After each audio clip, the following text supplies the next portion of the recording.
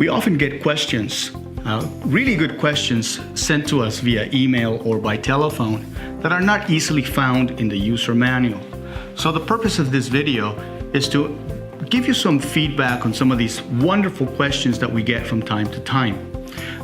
Just recently I was asked, diluting water or using charged water and mixing it with non-charged water, will the non-charged water become instantly halo charged? And the answer is no. Common sense basically would be you have a cup of coffee and you drink most of it, and then you add water to that cup of coffee. Would that added water become instantly caffeinated and at the same level as your previous cup? The answer is no. So halo water works exactly the same way. My advice to you is utilize your entire water supply, and when you are ready to charge more water, just take care of it. Another great question we get asked often is, when will my water lose its harmonic energies? And that's a great question. And for what we understand, there are two reasons why your water will lose its potency or harmonic energies. One, when you dilute the water.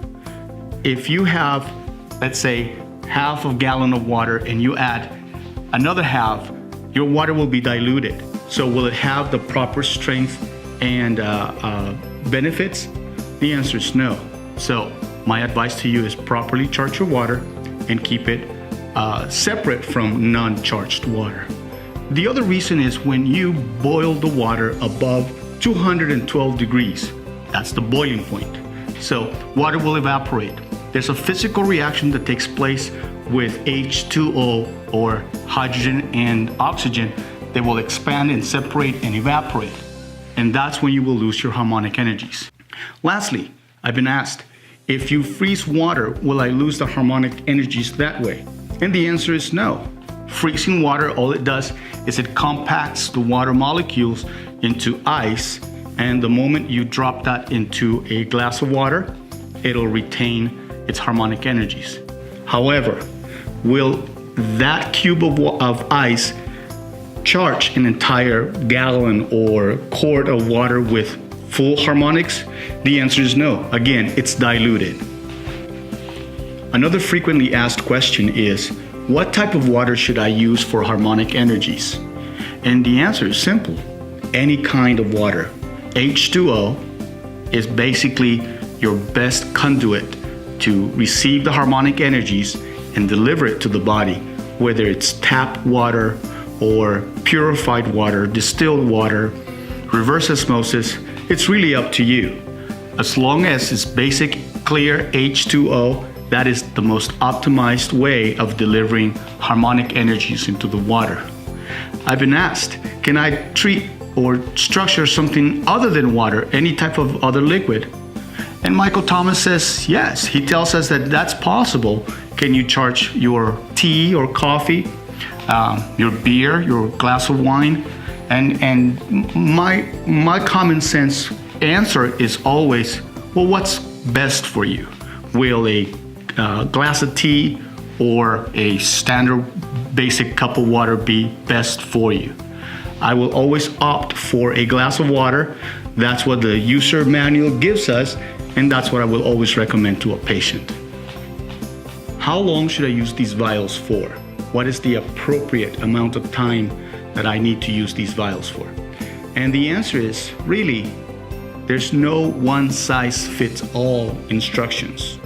The user manual gives us a starting point, which means we want you to get started right away. Therefore, we suggest 30 seconds or 45 seconds per vial, and from that point forward, make the adjustments as you best see fit. Whether you reduce the time because the energies are too powerful for you, or I'm not getting the results I'm looking for, increase the time. We get many phone calls referring to the vials, asking questions about the vials. So I'd like to address some frequently asked questions, myths, and urban legends. So the first question I get is, what happens if I take one of the vials and open the cap, dump the substance, and get my own, whether it's essential oils or your own cocktail of essence that you come up with, will that work? And the answer to that question is, we don't know. Michael Thomas has spent almost a decade in coming up with these formulas and mastering the chemistry to keep these substances stabilized and effective so that you can get the best results out of the botanicals that are in here. If you have your own chemistry lab or your own abilities in the knowledge of botany and chemistry, all I can say is good luck. That's really the truthful answer. I'm addressing it right now through a video because I get this question asked a lot. So, but remember, Halo is a patented process. It is not allowed for business purposes, so be mindful of that.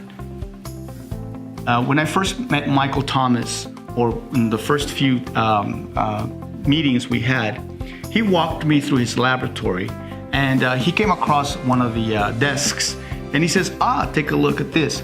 He opened the drawer and pulled out a small bag with 6 vials in there.